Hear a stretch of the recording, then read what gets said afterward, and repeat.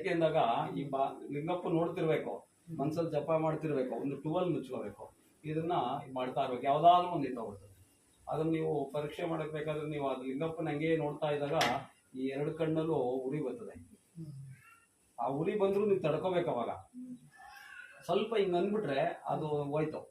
ಅದನ್ನ ಲಿಂಗಪ್ಪ ನೀವು ನೋಡ್ತಾ ಇದ್ದಾಗ ಎರಡು ಕಣ್ಣಲ್ಲೂ ನೀರು ಬರ್ತದೆ. ಅದೇ ತಾಟಕ ಯೋಗ ಅಂತ ಹೇಳೋದು. ಆ ತರ ಪೂಜೆ ಮಾಡ್ಬೇಕು. ಅಕಸ್ಮಾತ್ ಇಲ್ಲಿ 3 ಕೆಲಸ ಒಂದ್ ಕೆಲಸ ಕಮ್ಮಿ ಮಾಡ್ಕೋಬಹುದು ಅಂದ್ರೆ ಒಂದ್ 108 ರುದ್ರಾಕ್ಷಿ ಮಣಿ ಇದೆಯಲ್ಲ ಅದನ್ನ ತಗೋಬಹುದು. ಇದನ್ನ ನೀವು ಕಮ್ಮಿ ಮಾಡ್ಕೋಬಹುದು. ಆ ರುದ್ರಾಕ್ಷಿ ಮಣಿನ ಲೆಕ್ಕಾಚಾರದಲ್ಲಿ ಇದೇ ಇಂಪಾರ್ಟೆಂಟ್. ಯಾಕೆಂದ್ರೆ ಆರೋಗ್ಯ ದೃಷ್ಟಿಲಿ ಇಷ್ಟಲಿಂಗಪ್ಪ ಪೂಜೆ ಎಲ್ಲರೂ ತಿಳ್ಕೋಬೇಕು. ಆರೋಗ್ಯ ದೃಷ್ಟಿಲಿ ಬಹಳ ಒಳ್ಳೇದು. ಯಾಕೆಂದ್ರೆ ಇದು ಕಪ್ಪು, ನಮ್ ಕಣ್ಣು ಗಡ್ಡೆನು ಕಪ್ಪು, ಕಣ್ಣಿಗೆ ಎಕ್ಸರ್ಸೈಸ್ ಆಯ್ತದೆ.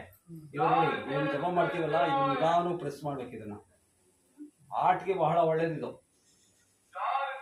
ಇದು ನಿಧಾನವಾಗಿ ಈ ತರ ಮಾಡ್ಕೊಂಡು ಬಂದ್ರೆ ನಾವು ಜಯದೇವ